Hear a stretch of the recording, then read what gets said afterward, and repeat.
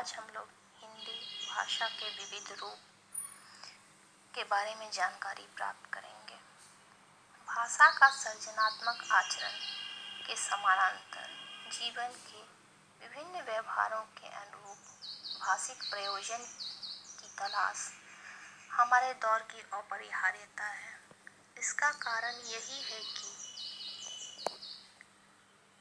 भाषाओं को संप्रेषण परक प्रकार्य कई स्तरों पर और कई संदर्भों में पूरी तरह से प्रयुक्ति सापेक्ष होता है।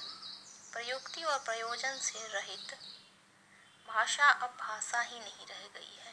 भाषा की पहचान केवल यही नहीं है कि उसमें कविताओं और कहानियों का सृजन कितनी सप्राणता के साथ हुआ है, बल्कि भाषा की व्यापकतर संप्रेषणीयता का एक अनिवार्य प्रतिफल यह भी है कि उसमें सामाजिक संदर्भों और नए प्रयोजनों को साकार करने की कितनी संभावना है। इधर संसार भर की भाषाओं में यह नए प्रयोजनों के बारे में महत्व दिया जा रहा है। प्रयोजनीयता धीरे धीरे विकसित हुई है और भाषा का विविध आयाम सामने आ रहा है, जैसे वर्ग भाषा, तकनीकी भाषा, साहित्यिक भाषा, राजभाषा, राष्ट्रभाषा, संपर्क भाषा, बोलचाल की भाषा, मानक भाषा इत्यादि। सामान्य बोलचाल की भाषा। बोलचाल की भाषा को समझने के लिए बोली को समझना जरूरी है। बोली उन सभी लोगों की बोलचाल की भाषा का वह मिश्रित रूप है जिनकी भाषा में पारस्परिक भेद का अनुभव नहीं किया जाता। विश्व में जब किसी जन समूह का महत्व किसी भी कारण से बढ़ जाता है तो उसकी बोलचाल की बोली ही भाषा कही जाती है, अन्यथा वह बोली ही रहती है। स्पष्ट है कि भाषा की अपेक्षा बोली का क्षेत्र, उसके बोलने वालों की संख्या और उसका महत्व कम होता है। एक भाषा की कई बोलियां होती है क्योंकि भाषा का क्षेत्र विस्तृत होता है। जब कई व्यक्ति बोलियों में परस्पर संपर्क होता है तब बोलचाल की भाषा का प्रसार होता है। आपस में मिलती जुलती बोली या उपभाषाओं में हुई आपसी व्यवहार से बोलचाल की भाषा को विस्तार मिलता है। इसे सामान्य भाषा के नाम से भी जाना जाता है। मानक भाषा। भाषा के स्थिर तथा सुनिश्चित रूप को मानक भाषा या परिनिष्ठित भाषा कहते हैं। भाषा विज्ञान कोश के अनुसार किसी भाषा की उस विभाषा को परिनिष्ठित भाषा कहते हैं जो अन्य विभाषाओं पर अपनी साहित्यिक एवं सांस्कृतिक श्रेष्ठता स्थापित कर लेती है तथा उन विभाषाओं को बोलने वाले भी उसे सर्वाधिक उपयुक्त समझने लगते हैं। मानक भाषा शिक्षित वर्ग की शिक्षा, पत्राचार एवं व्यवहार की भाषा होती है। इसके व्याकरण तथा उच्चारण की प्रक्रिया लगभग निश्चित होती है। मानक भाषा को टकसाली भाषा भी कहते हैं। इसी भाषा में पाठ्य पुस्तकों का प्रकाशन होता है, जैसे हिंदी, अंग्रेजी, फ्रेंच, संस्कृत इत्यादि। किसी भाषा के मानक रूप का अर्थ है उस भाषा का वह रूप जो उच्चारण, रूप रचना, वाक्य रचना, शब्द और शब्द रचना, अर्थ, मुहावरे, लोकोक्तियों, प्रयोग तथा लेखन आदि की दृष्टि से उस भाषा के सभी नहीं तो अधिकांश सुशिक्षित लोगों द्वारा शुद्ध माना जाता है। मानकता अनेकता में एकता की खोज है, अर्थात यदि किसी लेखन या भाषिक इकाई में विकल्प ना हो तब तो वही मानक होता है, किंतु यदि विकल्प हो तो अपवादों की बात छोड़ दे तो कोई एक मानक होता है जिसका प्रयोग उस भाषा के शिष्ट लोग करते हैं। किसी भाषा का मानक रूप ही पर परिनिष्ठित माना गया है उस भाषा के लगभग समूचे क्षेत्र में भाषा मानक का प्रयोग होता है।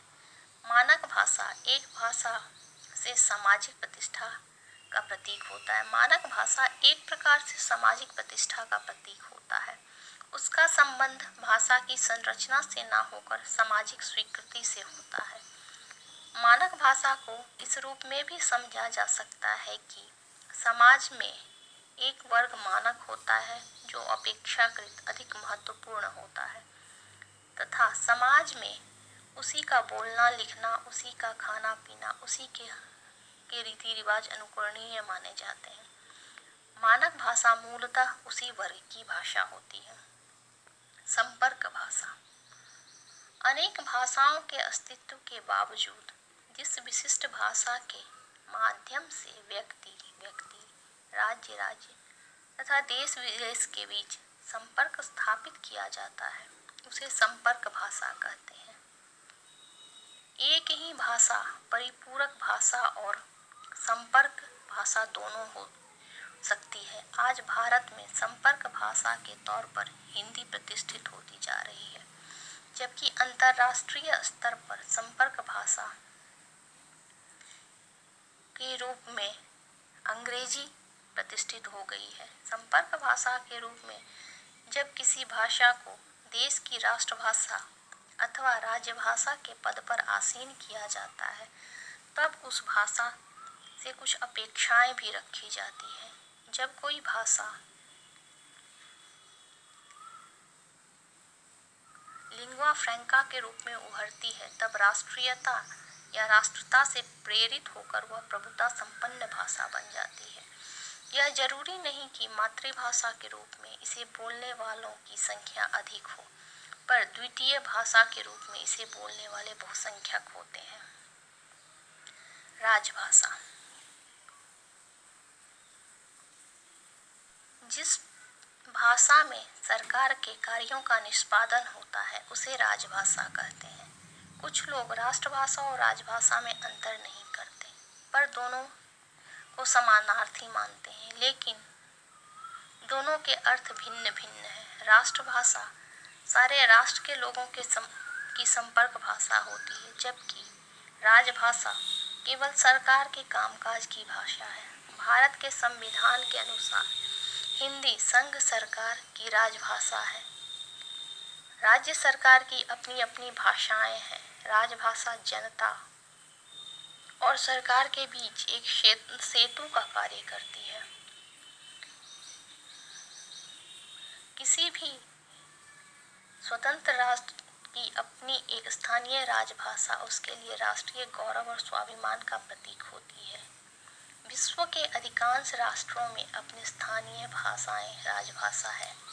आज हिंदी हमारी राजभाषा है। राष्ट्रभाषा देश के विभिन्न भाषा भाषियों में पारस्परिक विचार विनिमय की भाषा को राष्ट्रभाषा कहते हैं। राष्ट्रभाषा को देश के अधिकतर नागरिक समझते हैं, पढ़ते हैं या बोलते हैं। किसी भी देश की राष्ट्रभाषा उस देश के नागरिकों के लिए गौरव, एकता, अखंडता और अस्मिता का प्रतीक होती है। महात्मा गांधी ने राष्ट्रभाषा को राष्ट्र की आत्मा की संज्ञा दी है। एक भाषा कई देशों की राष्ट्रभाषा भी हो सकती है, जैसे अंग्रेजी कई देशों की राष्ट्रभाषा है। संविधान में हिंदी को राष्ट्रभाषा का दर्जा तो नहीं दिया गया, लेकिन इसकी व्यापकता को देखते हुए इसे राष्ट्रभाषा कह सकते हैं। दूसरे शब्दों में राजभाषा